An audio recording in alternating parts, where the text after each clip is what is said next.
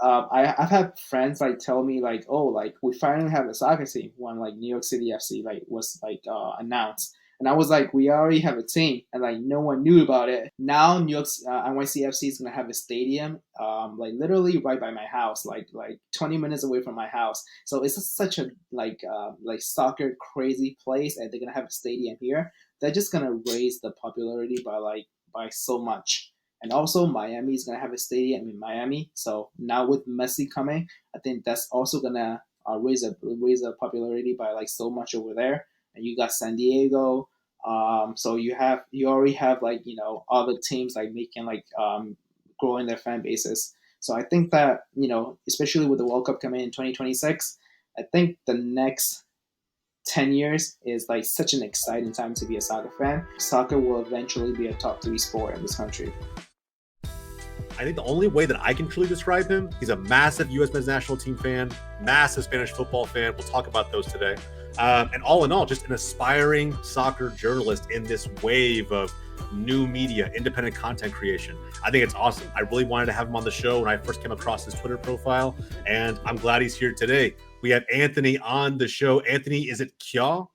Sure, yeah. Yeah, perfect. I just didn't want to mispronounce that, bro. But thanks again, man, for being on the show today. I'm so glad that you're here.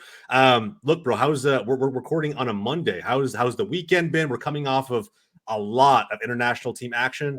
How did the weekend treat you? How you feeling today? Well, I'm feeling great, man. Especially after yesterday. First, Spain won the Nations League. Yep. And then, like about 2-3 hours later, United States won the Nations League on their own. So I'm very happy. It was the best Sunday I could have asked for. Yeah, bro. Best Father's Day I think most people could have asked for, especially if you're a fan of either one of those teams, man. Yep. All those Nations League finals. Yep. I know certain parts of the public try to diminish those tournaments a little Mm-hmm. bit, but bro, I saw a lot of passion on the field. I saw a lot of fans exhibiting that passion as well. Yep. Dude, it was crazy to watch both of them. And the fact that Spain went to penalties, US sealed it in the way that they did, bro. Awesome Sunday. Awesome Sunday. Man. Especially the mainstream media for soccer, like ESPN FC. I don't know if you've seen it, but Yep. Especially like this weekend or like past week, the way they've been covering like the National League game. So like they're talking about like it's a waste of time, like especially on their the YouTube channel, like the way they talk about it. It's like I don't know, it's like kind of like very not respectful to the tournament, to the teams, to the fans. So I mean, I'm just happy that the games were very competitive and very entertaining to watch. They were, bro. I think in all honesty, man, I know exactly what you're talking about. ESPN FC has its own vibe, I guess. I don't know. Half the time they're pretty negative, but I will also say half the time, I mean, these are former pros, right? And I think that at the end of the day, while they may not see a ton of value because these tournaments weren't around when they were playing, I think the fans will take every bit of soccer or football they possibly can. And at the end of the day, a final is a final, right? Yep. USA has a trophy that the English national team doesn't, right? And there's so many other storylines that just pop up with international play. So I don't know, man. I'm right there with you. I think that this is why this wave of new media is super important to the development of soccer in this country, in this continent. But we're going to talk about it, man. I'm super curious for your takes, for your opinions today. We'll jump in. But before we get to any of that, right, we have the question that we normally ask on this show. Let's kick it off the right way. Anthony, who are you today? Well, I mean, I would describe myself as someone like that's obsessed with soccer. That wants to have a career in covering like all things soccer. So I would just say that I'm working towards that. Today, I'm still an aspiring journalist, but hopefully, thanks to social media and this like little community we have in the United States men's national team, hopefully I could achieve my dreams one day. Yeah, I think you will, man. I think you will, whether it's through the lens of like some bigger legacy media, studio or institution bringing you in, or at some point you just kind of doing your own thing and forging your own path. I think it's the beauty of this age of the internet that we live in, right? Is that we kind of get to dictate how we go about this. And look, man, you're amassing a nice little following on Twitter. You're definitely sharing quite a bit of stories, news, things that pertain to this growing fan base that we have here in America.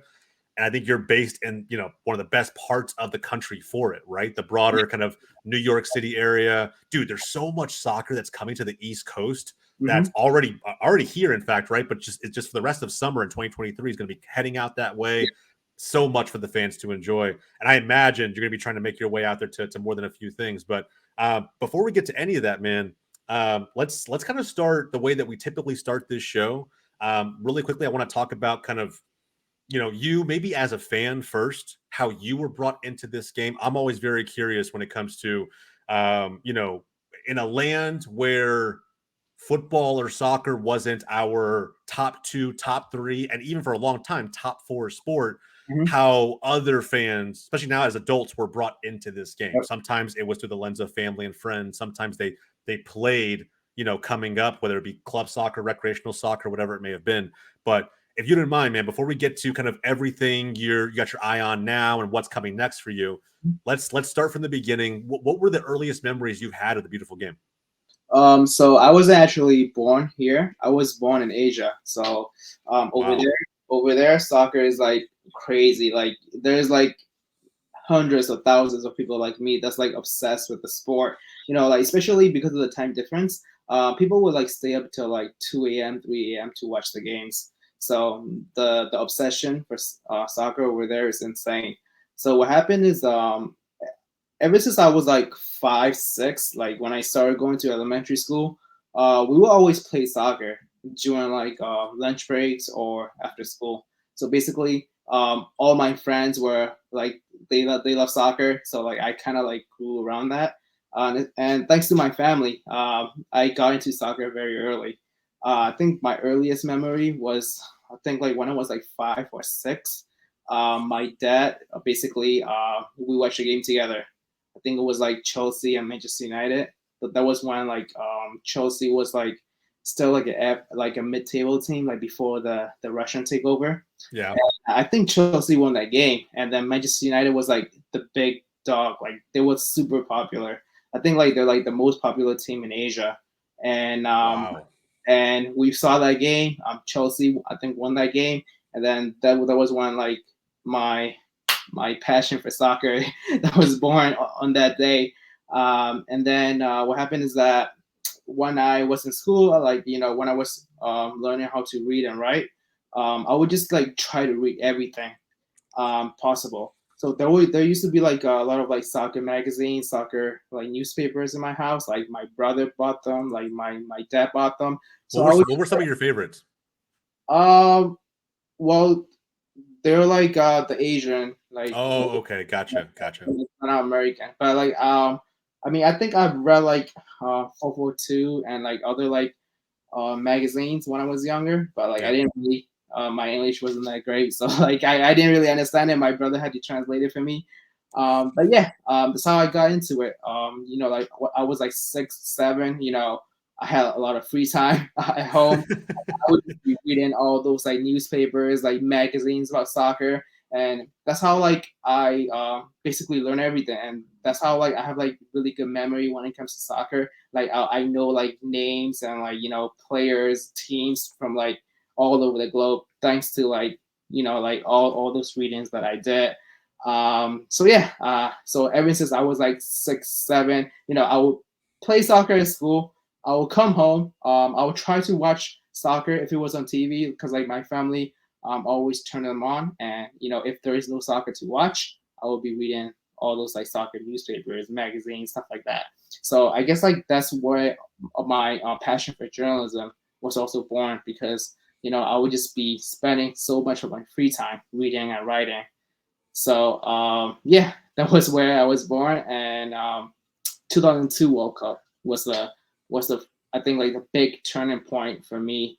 I think like I read like a preview for that tournament, Hmm. like a little preview book. I read it, and I chose Spain as my favorite team because they were like the only like big team where like they had like no fan base like outside of like Spain. Like everyone like around everyone in my country, everyone that I knew, they were going for Brazil, they were going for England, Germany, France, Argentina, but like no one was going for Spain, like nobody. So I was like, you know what? They're a good team. And I like to be different. So I was like, they're a good team. No one's just, like rooting for them, and also like La Liga is popular. So I was like, you know what? I'm just gonna pick Spain. So I was like 8, I think. When the 2002 World Cup happened, I picked Spain, and yeah, 21 years later, I'm still a massive fan. I love that, bro. That's awesome. So I'm really curious, man. We haven't had, I think maybe probably had like one or two episodes in the past where someone who has a strong tie to Asian culture has been on the show. They can educate some of our audience on what that's like. But from your perspective, man, you mentioned Manchester United being probably the biggest club in Asia. That's probably still true to this day. I think that they're probably globally the biggest, football brand that exists on the market in terms of, club following, Yeah. and merchandise sales and other things. But is there? I'm really curious. I kind of feel like there may be a player that I'm already thinking in my mind, but is there a player that just sweeps that part of the world that's just like easily right? They're the Mhm. the Beckham, the Messi, the Ronaldo of that of Asia. And every time they visit the country, they're just like royalty. Are you talking about Asian player or like any player? Just well, I guess any player, but I'm curious to see if there's just one player maybe that sticks out that is, kind of gets more exposure to that fan base than anybody else. Well, I think now would be like Messi and Ronaldo, but like back then, I'll think that David Beckham was definitely, I think, the by far the most popular. Yeah. And I guess um, it's hard to say because they didn't just go for players, like they go for teams. So Hmm. basically, the reason why Manchester United like became super popular is because one, the Premier League was like getting popular. United were like by far the best team. They were winning like titles like a lot of the times, and obviously David Beckham was like super popular. And then like the whole team, the way it was set up, like Ferguson, like and like it has just like a it had like a family vibes to it. Like the team is like it's not just like a soccer team. It's like a family. Like the way that they always say it, like oh like this player like fits like Manchester United values and stuff like that. Like Manchester United way. Like it's like they see it as like a family. So like I guess like that made it like super popular. Yeah, that makes sense. I can totally see that as well. Culturally, right? That has to have an impact on how you view players' teams. Yeah. Were you also playing while you were, living out in Asia?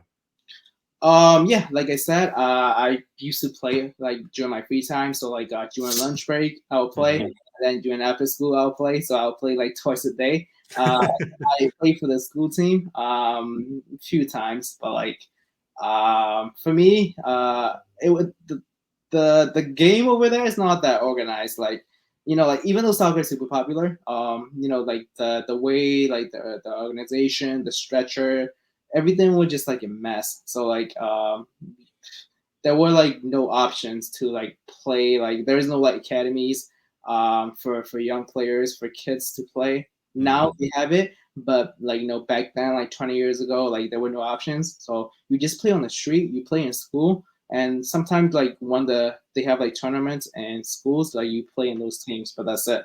There were no options. Gotcha. That makes sense. It's crazy, man. I don't know why. Maybe I heard this from like one of my buddies who lives out in Korea, and he won one time. I remember we were on like a Skype call or something along those lines. He was drinking coffee, and Mhm. on the coffee cup was Hong Min Sun. I thought that was crazy to me. And I was like, so what? He's just like the spokesperson for that brand. I was like, not just this brand, literally everything. Like the guy is everywhere. He's on billboards everywhere in Korea. He's on restaurants. Like you see him like he is like a national celebrity and kind of like a national hero here. And I was like, dude, that to me is wild. 'Cause I know I'm sure in parts of London, right, because of Spurs, like he has to be like just a massive star, but it probably doesn't even compare to what it's like for him out in Asia. That's kind of why I was asking the question. I didn't know if maybe certain players were held in just like much higher regard and almost looked at as like a national celebrity in some form or fashion. It's got to be a little bit different out there for sure. Yeah, I would say yeah. Now, like Sun will be like not just in Korea, but like I think like all over like East Asia and Southeast Asia, he will Oh be like a wow. super popular figure. Even back then, like I guess like you can't really compare anyone from back then to now. Maybe Jisung Park was like popular, but not anywhere near the level of Sun. Yeah. There were like some Japanese players like Nakata, Nakamura. Hmm. They were super popular back in like 2002 to like 2006, 2007 during that time. But yeah, at least in my country, people were more interested in like European players, like instead of like Asian players. Yeah, I can see that. I mean, plus at the O2 World Cup, it's like the one time you get all that massive exposure at once, right? Mhm. To everybody, to every country. I know watching it here, it was I was a kid, but it was like damn, it was almost impossible to like be up for all the games, right? Yeah, Because I'm watching them in the middle of the night, like at 3 or yeah, 4 in the morning. yeah, But like at the end of the day, like yeah, I mean, you get your fill as much as you can. But I imagine that even back then, even yeah. prior to the social media era, like that had to be just everything for any soccer fan, regardless of where you Luckily, I were. didn't have to experience that because when the 2002 World Cup was happening, I was in Asia, so I was able to watch the games like during like evening times, afternoon times, and then Prime time. when the 2006 World Cup happened, I was already here, so I was able to watch games on afternoons, evening time. Damn, man, you had a good setup. Yeah, so when it came to World Cups, I didn't have to wake up like in the middle of the night. But I Bro. remember, waking up for Champions League, especially the one in 2005. I think my brother woke me up at like 2 a.m. to watch that game. And when like Liverpool and Milan play, Yeah. after the first half, Milan was winning 3-0. I was like, you know what, maybe I was ready to go back to sleep. There's no point.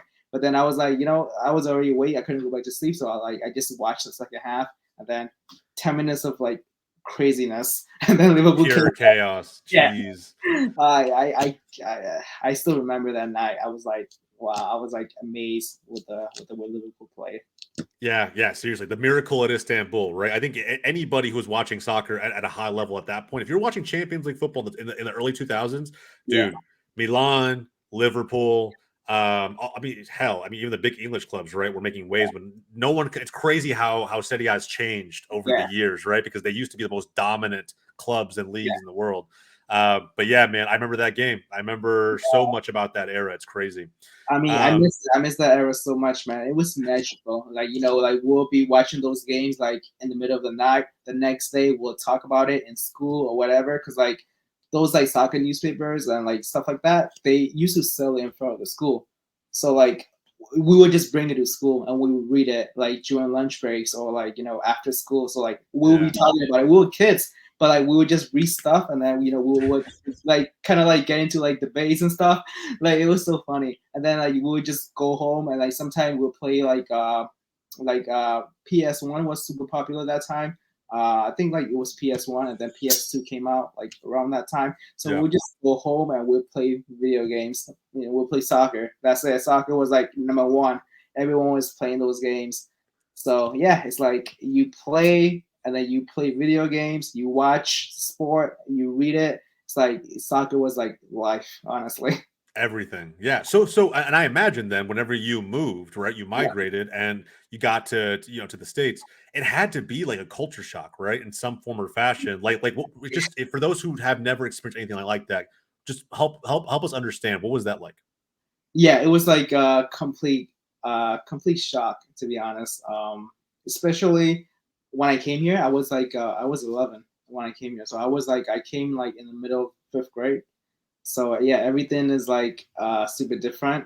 And when it comes to soccer, but luckily, I moved to an area where like there's like a lot of Hispanic people.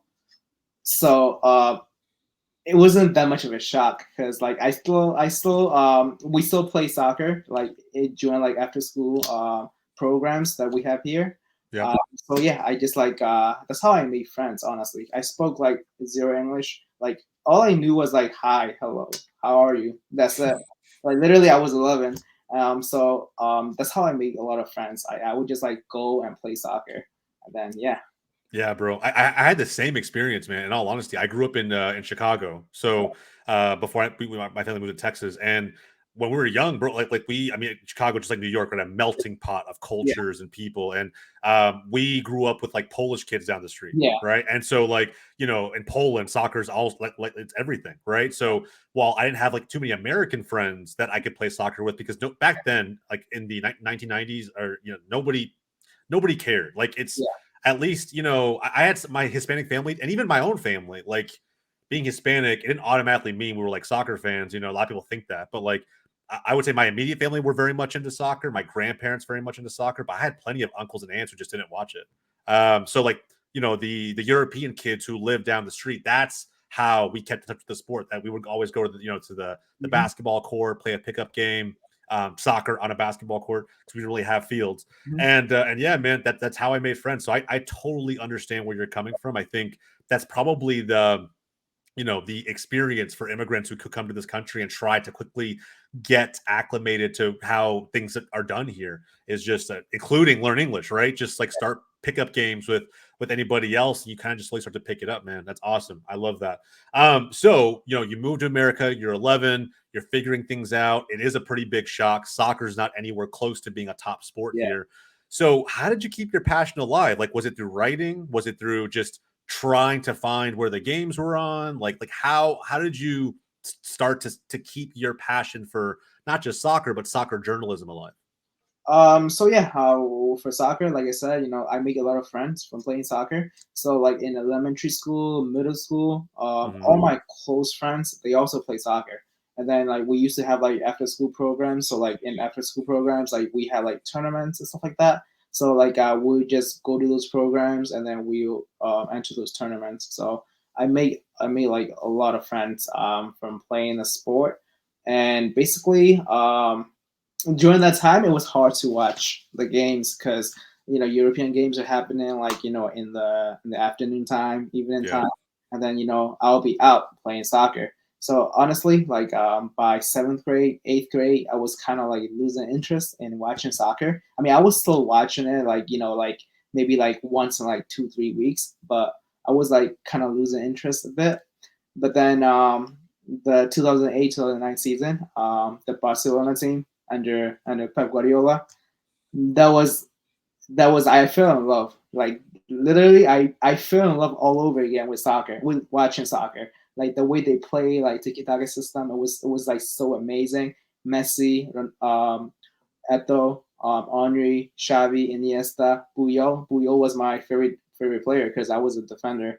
Yeah. So it was such an amazing season for them. It was like so beautiful to watch, and yeah, that's one of my passion to watch the games, to follow the sport like closely. It was born like it was born again, and then ever since then, I would just like uh, I made like a goal in life to have a career in soccer. So like either I make it as a player, if I don't make it as a player, maybe I try to make it in business like department, like maybe like I could do like marketing stuff or like communications or whatever. If I don't get that, like I would go into journalism route. So ever since then, like that was like a goal. So I yeah. love that, bro. That's awesome. Crazy that the '09 team, which by the way, like I don't think nobody expected that, right? Because Pep was like, Yeah. he was coming in from the B team. He had a Mhm. fantastic season. They got promoted to the Segunda, but like nobody thought, right? In fact, I think a lot of people were thinking that maybe Yeah. someone like Mourinho would come in, or like some I other think big name they, man. they did go for Mourinho. I think it was like between Pep and Mourinho. And Yeah, then, I think Laporta at the time, he just like decided to give Pep a chance because I think Mourinho was like demanding too much, and like he knew it was gonna be like a headache, so like he went for Pep. But then I remember I was kind of upset because he kicked out Ronaldinho. Like Ronaldinho was the that dude, yeah, he's like Ronaldinho is gone, and then I really like Gio dos Santos. yeah. He was very exciting to watch at the time, and he was also gone. So I was like, what's going on? Like, who is this guy? Like, he came in and like he's kicking out all the players that the fans like to watch, and then yeah, and then we saw what happened. Like, Yeah, it's crazy, bro. I think something that a lot of people on the show don't know about me. I just had a son very recently, like a month and a half ago. man. Thank you, man. I appreciate it. And so, you know what's crazy though? I tell this to my wife all the time because now she watches games with me. I'm like, you know what's insane? We're gonna be watching soccer with him, right? One day, and I'm gonna have to explain and probably debate him on this. He probably is not gonna believe me, but I'm gonna have to explain that there was a team once upon a time that nobody could get the ball off of. Yeah. that nobody could touch. And like they moved the ball in a way where they had 80+% possession every game. They were demolishing teams. They were playing a brand of soccer that nobody had really seen up to that point. And it all came from a manager that nobody had ever heard of. And it just, I don't know, man. It's one of those things I think we may not ever see again, Yeah. right? I don't know, that 40-year stretch of Barcelona dominance where they won everything Yeah. multiple times.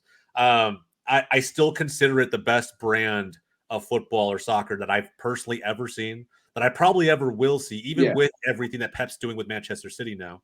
Yeah. I just think that that era was special. Yeah, it's not the same, but that Barca was like different, it's magical. Like sometimes, like when I'm bored, like I would just go on YouTube and like watch like compilations of like those teams, like those games, and sometimes I would watch highlights, like even like full games. Sometimes it's just Yeah. like I'm just like so obsessed with the way they play, man. Like it's been I can't believe it's been what 11 years since he left Barca, but to this day, like I mean, honestly, I Yeah. love it.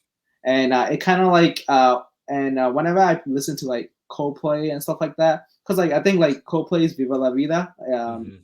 that sound like it goes together with like those things because I remember like Pep, like I think that was his favorite song, so he Mhm. would always play it in the locker rooms, like, and then they will even play in the stadium. I think like during like I think '09 season they had like a trophy ceremony, and then like they were playing that song. So like I think like that song will always go together with like those teams. Like Yeah, and you know what's crazy is that I think for the last game at the Camp Nou before they closed it to kind of do all the renovations and whatnot, I think someone said that was the last song that was playing was yeah, "Viva La Vida" by Coldplay, bro. And that honestly, if any fan was at that game, if you were especially a stateside fan, you had to be emotional, man. You just had yeah, to be. It had to bring back every good memory you've ever had of the club, especially if you grew up watching those teams. And even since then, right? I mean, I remember the 2015 Barcelona team and everything that Luis Enrique was able to accomplish with MSN and Messi, Suarez, Neymar. It was, dude. I mean, to me, regardless of how many trophies Barcelona has in comparison to other massive clubs like Real Madrid, for example, to me, it's you could take all the trophies away, and I would still be immensely passionate and proud of this club because no one will ever have matched the style of football and soccer that we've played. Nobody. yeah. It was the way they play, and also like the number of like homegrown players that they had, like Messi, Yeah. Xavi, Iniesta, Puyol, Piqué, Pedro, Busquets. I mean, The list goes on and on, bro. It goes like on and on. they did it with the players that that they made basically. Like Yeah. that was insane. Yeah, bro. Seriously, we can talk about this all day, man. But I love this club. And look, but family wise, like Yeah, generationally, we're Barca fans. People can see the Messi, picture in the background. They could yeah, see exactly. the Barca hat that I have on. I mean, like over the years, I never had a choice. When I was born, my grandparents, my parents, they are Barcelona fans. I had no choice. This is just what I was born into. I've developed other passions outside of that, right? My passion for Arsenal, my passion for FC Dallas here in the States. Mhm. But outside of that, like Barcelona was hard cemented into my brain. So I'm so glad that it was. I have plenty of friends who are Real Madrid fans. Don't get me Yeah, wrong. It's crazy all the trophies they've won, but not any one of those individual teams could ever match. I think what Barcelona has achieved at their height.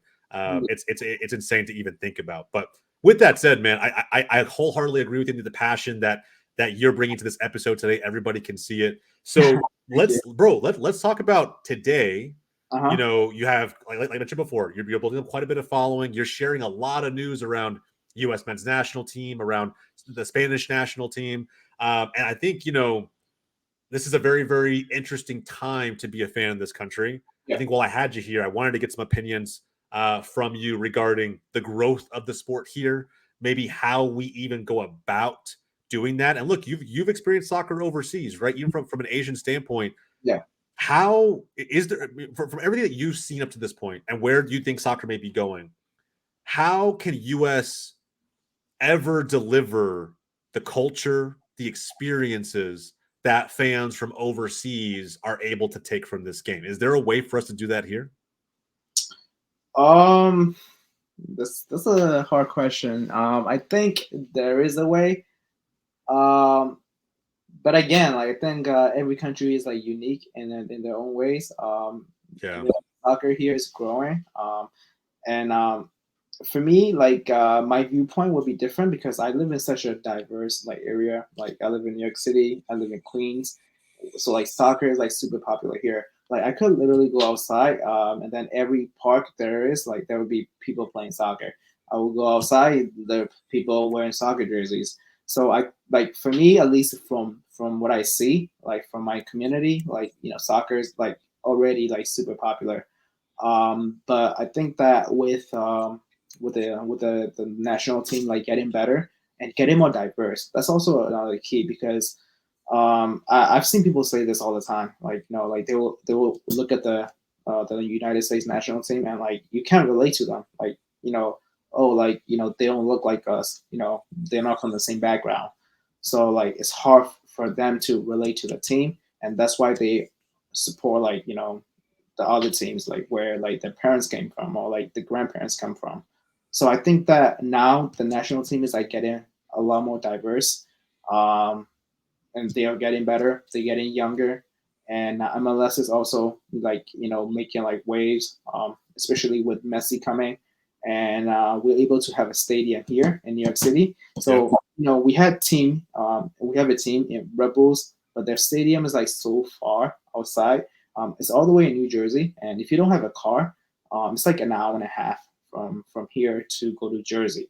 So like, and people don't know about it because like there is like literally no marketing at all. Like, I've had friends like tell me like, oh, like we finally have a soccer team when like New York City FC like was like announced, and I was like, we already have a team, and like no one knew about it. Like soccer fans, so like forget about like other people. So now New York NYCFC is gonna have a stadium, like literally right by my house, like 20 minutes away from my house. So it's just such a like soccer crazy place, and they're gonna have a stadium here. They're just gonna raise the popularity by so much. And also Miami is gonna have a stadium in Miami. So now with Messi coming, I think that's also gonna raise the popularity by like so much over there. And you got San Diego, so you already have like other teams like making like growing their fan bases. So I think that especially with the World Cup coming in 2026, I think the next 10 years is like such an exciting time to be a soccer fan. And I think that soccer will eventually be a top three sport in this country. I think so too. I Yeah. wholeheartedly agree with you, bro. In fact, I think that the 2026 World Cup is going to be massive for that. I think, of course, the US has to make a good run. You have Yeah. to. And I would say even Canada and Mexico, right? Because it's in our continent that all three of those top nations need to make runs at least into the knockout rounds. It can't be what it was this past World Cup, right? Where the US was the only team from CONCACAF to make it into the knockout rounds. You need all three of those, and then you need the US to make a deep run, especially considering the talent that we have now, right? And look at this past weekend, right? I think we're still discovering how good this team can be. Look at Gio playing in the middle of the field versus on the Yeah. outside, and what that's done for the team holistically. I think it's crazy, man. And of course, Berhalter getting rehired, right?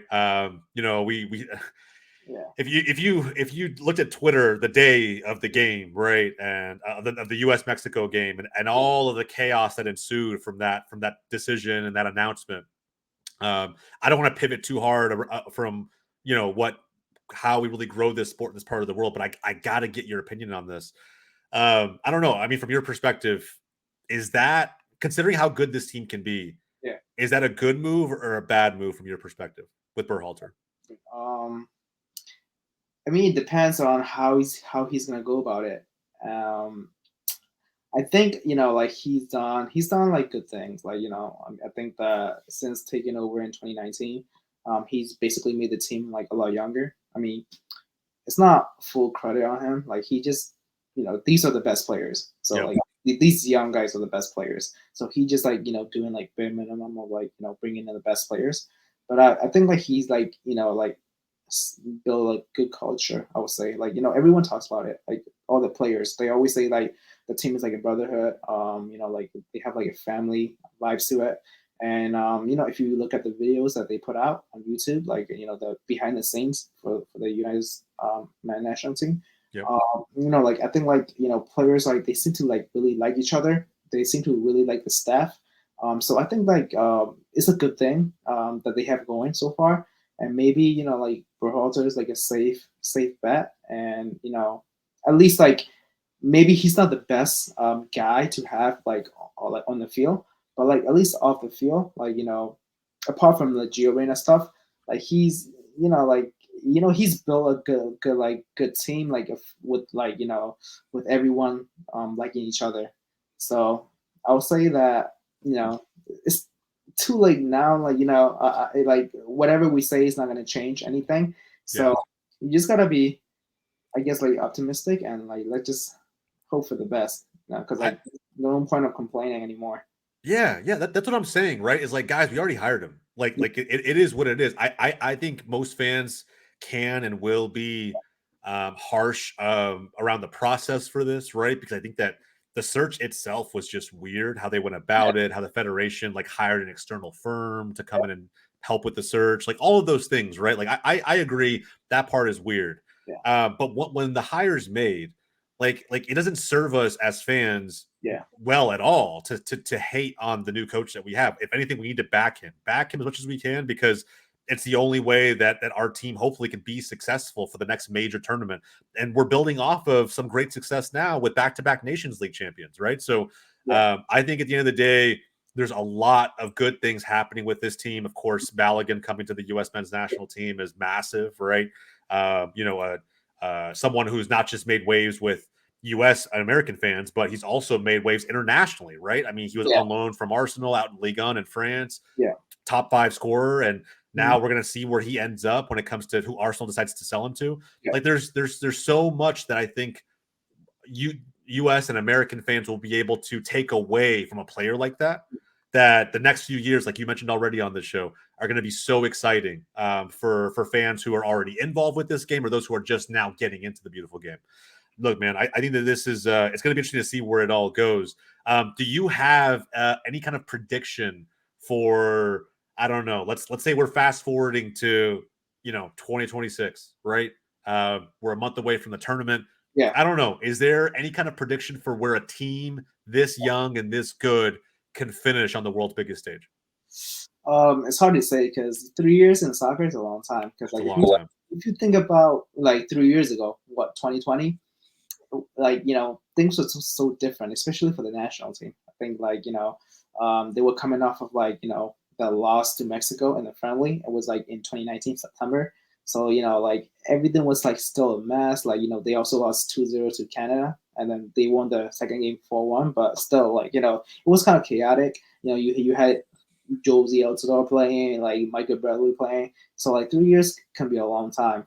So we don't really know what's going to happen in 2026, but I mean, I think like players that we have now will be a lot more mature in 2026. I think we're also going to have like more like players to choose from, like more options. I think the pool's like getting bigger and bigger, Yep. especially with the the U20 team is pretty good. I think the U19 is also pretty good, and we also got U17. So like we have like these young players that we don't even know about, but like in 2-3 years like they could break out and like they could like squeeze into that to the roster that's going to the World Cup. So I think that with home support and everything, I think we could reach quarterfinals, maybe semifinal. um I think those are possible, but it all depends on the draw.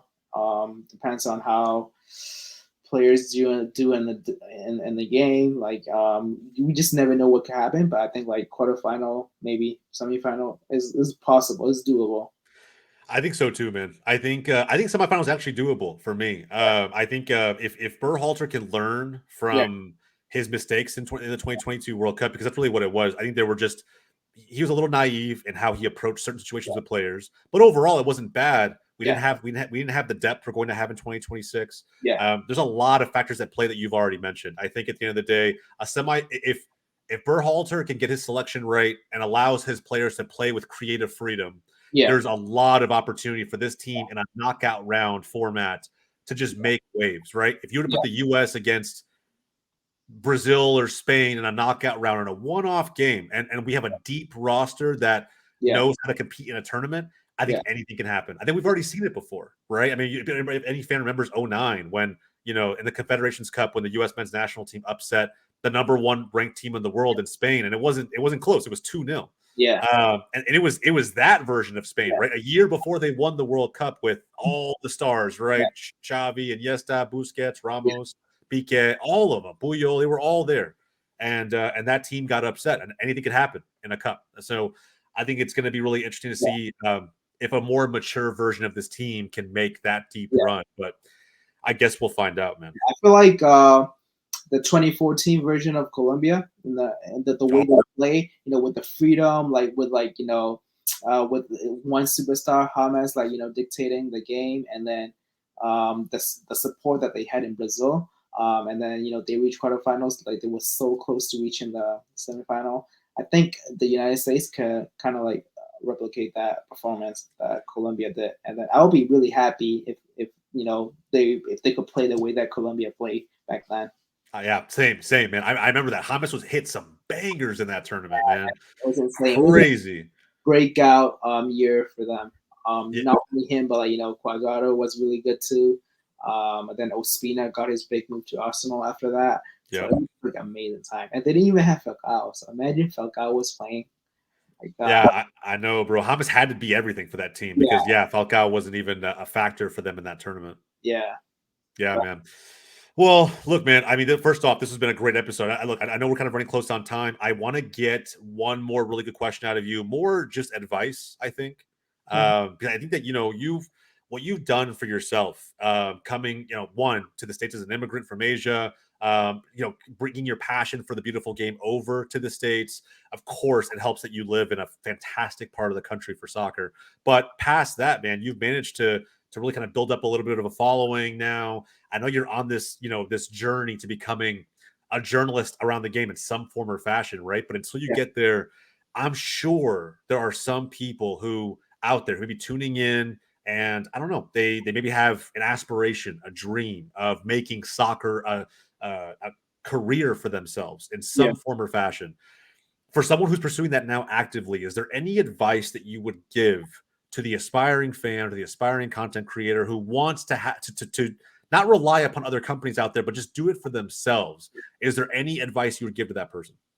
I would say just like follow your heart. I mean, as cliche as it sounds, I think that like if you really want to do something, if you really want to achieve something in one area, like you just gotta like keep going at it. Like like don't let others like bring you down. Like if you feel like you could do it, if you feel like you're good enough, then like just keep pushing and just go for it. But just make sure that like what you're doing, like just like like basically like just be really good at your craft, and like just don't listen to other people and just keep pushing yourself. That's it. Yeah. Get there. Awesome, bro. I love that. Do your homework, right? Know your stuff. Yeah, Be yourself, be genuine, and just put your head down and don't listen to anybody else. I think at the yeah, end of the day, like that's all you can do.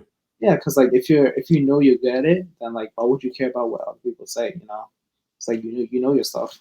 Hell yeah. I love that, man. Seriously. I can tell no matter what, you're sharing your opinions on social media in a way that, like I said before, man, I think it's not going to be too long before, we start seeing your name in broader media circles because you're just covering the game in a way that other people weren't able to. So, And I hope so. Anthony, man. Yeah, no, you will. You will. I have a good feeling about it. But look, Really. man, Anthony, I appreciate this. I appreciate the time. This has been a fantastic recording today. I can't wait to hear what everybody else thinks. Guys, if you haven't done so already, like the video down below, subscribe to the channel. Really just help us get the word out around, of course, this show, but more importantly, growing the beautiful game to its potential here in the States, here in broader North America. And I'm going to link everything Anthony Kyaw down below. Go check him out. Go check out his socials. Go check out some of the takes that he's bringing to the game. He's already amassed a little bit of a following, and it's growing every single day. I got a feeling that's going to be too long before we see him in some other broader media circles. But Anthony, again, thank you so much for being on the show today, man. I really appreciate it. And for anybody else, my name is Jose. This is Box to Box, episode 58. Can't wait to see you guys for the next one. Until next time. Thank you so much for bringing me in. Yes, sir.